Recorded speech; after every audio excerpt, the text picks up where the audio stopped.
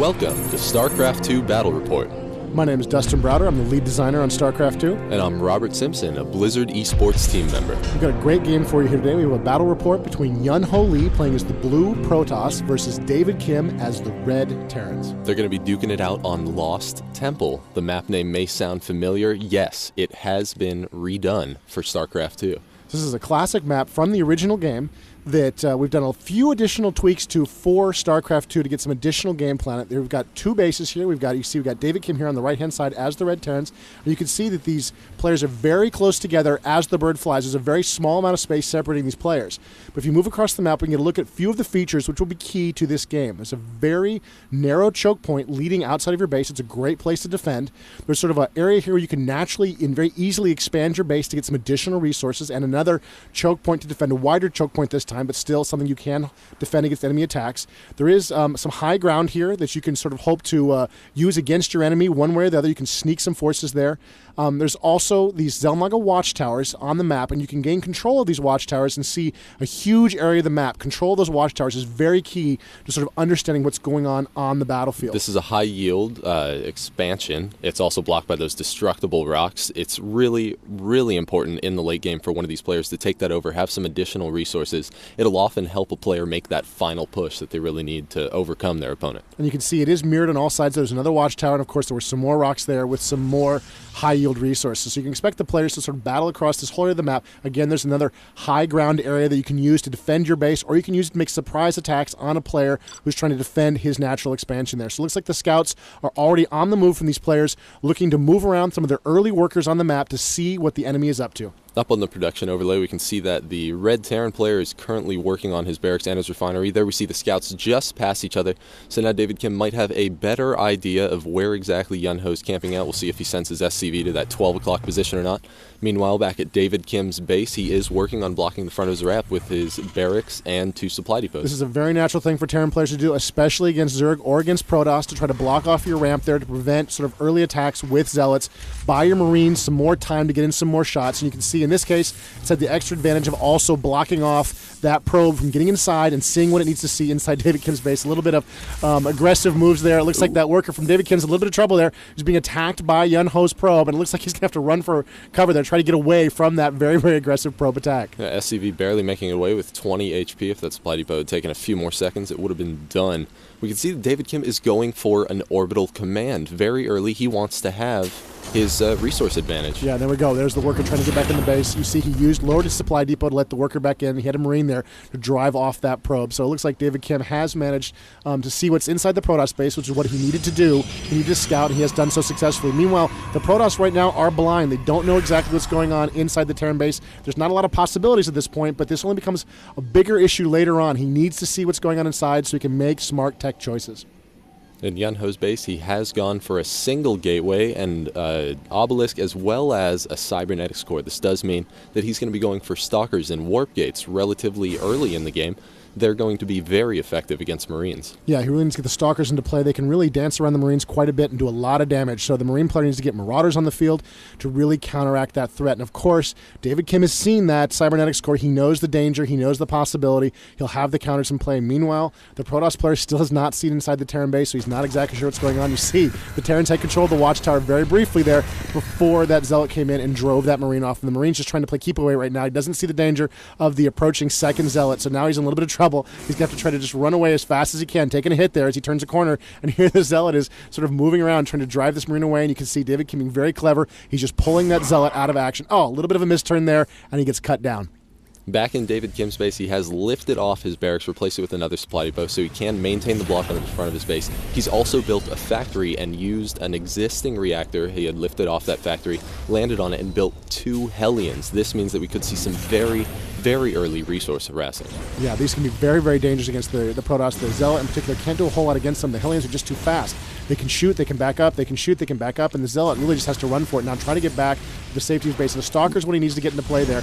The Stalker will allow him to chase and shoot up those Hellions, but even the Stalker can't keep up with the speedy Hellions as they just dance right around the Protoss forces, right up into the Protoss base, closing quickly on the probes, and the probes are forced to run for cover as the Hellion close in and just trashing the place with those flamethrowers. David needs to maintain the pressure. He needs to be chasing those probes just a little bit faster. He's been stopping, using some flame onto the buildings. Oh, and one of his Hellions is taken down by the Stalkers. Stalkers obviously trying to focus down those Hellions. He doesn't want to lose any more probes. I believe that Yunho got away with only losing 3 probes. Very lucky escape. Yeah, it was really, really good moves by keeping those probes away and keeping his forces pressure up. Of course, David Kim, a little too early maybe with the Hellions. Only 2, not a lot of damage he can do with those. He did do some, and he did manage to do a little bit of harassment, but you can see it didn't really pay off for him in a big way, and it looks like he's lost a little bit of board control is the point. You can see the Protoss just boiling across the map now. You can see their blue just swarming all over the place, while the Terrans, meanwhile, are backed up into their base and are waiting now for the inevitable attack.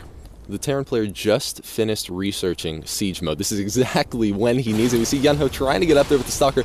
Siege tank just barely out of range and going to be barreling down onto those Stalkers, forcing Yunho to retreat. Yeah, that's the kind of damage he does not want to take right now. He cannot afford to take that kind of damage with just those Stalkers. He needs a lot more forces if he's going to break that choke point at this point. Some interesting moves here from David Kim. It looks like he's going for double command centers at this point. Backed up into his base, he can lift off those command centers as the Terran and fly them to any location on the map, but still, it's a very bold move for this point in the game. Yeah, well, he really needs to catch up on resources. We can see that Yunho did have a second base already established that's at his natural expansion, so he really needs to play his A game, and he'll likely be expanding to the island expansion since he can lift off his command center. Yeah, this is what one Terrans commonly do on Lost Temple, both in the original StarCraft and in StarCraft 2, using the Terrans' mobility with their command centers to get access to some high-yield locations. The Protoss do have some strong air units they can use to try to harass those expansions, Void Rays in particular, but, you know, in a game like this where the players are so close together, it can be very difficult for the Protoss player to realize the danger, and in many cases that expansion will simply go undetected.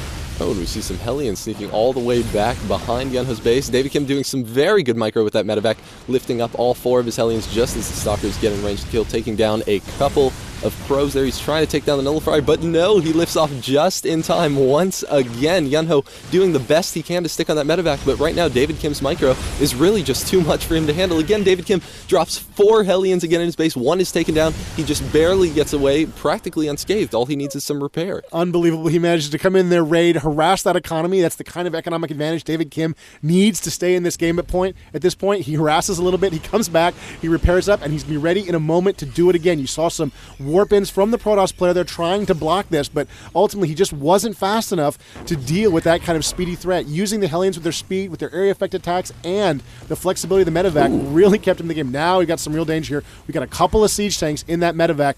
Let's see where those things are going. This is something that you saw relatively often in StarCraft 1. They would use their dropships in combination with the siege tanks, and I think that David Kim's going for something very, very similar to that, especially with the way that the Stalker fire works. If a Stalker gets off his volley and the Terran player is able to pick up that siege tank again before the volley lands, that means the siege tank's not going to take any damage. Yeah, it'll actually miss, and this is something that really gives the Terrans a big advantage at this point in the game. If he can get those siege tanks to a good position, he can do a lot of damage, and you see the Hellions there harassing those Protoss player, making his Zealots just a lot less effective. And there's the landing position, moving up to a classic location in Lost Temple, getting control of the high ground, even more powerful in StarCraft 2 in many ways than it was in the original StarCraft.